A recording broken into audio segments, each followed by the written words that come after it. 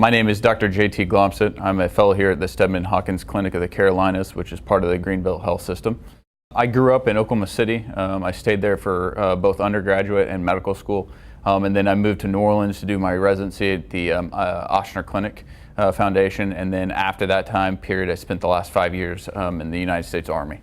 A fellow is a physician who has completed their residency and in most cases is using an extra year to 2 years of training to advance their education so that they can better take care of patients in a particular field or a subspecialty. When I was accepted to the fellowship here at Steadman Hawkins, I was very excited because I have an excellent reputation. I also knew the multiple surgeons that I was going to get a chance to work with and the vast list of procedures that I was going to be exposed to over that year. And I was very excited to continue my education here at Steadman Hawkins.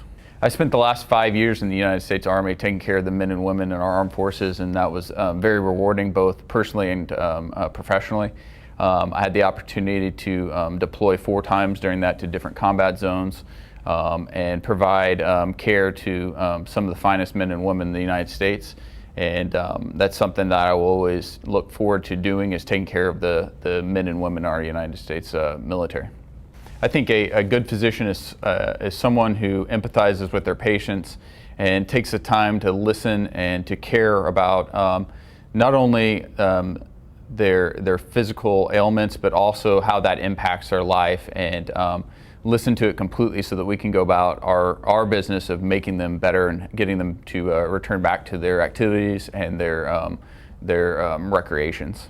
So outside of work, I like to do anything outside. I like to run, I like to hike, anything that gets me out of the house. I like to spend time obviously with my family. I have a wife and a son who's 9 months old. So any chance I get to spend time with them is something I cherish.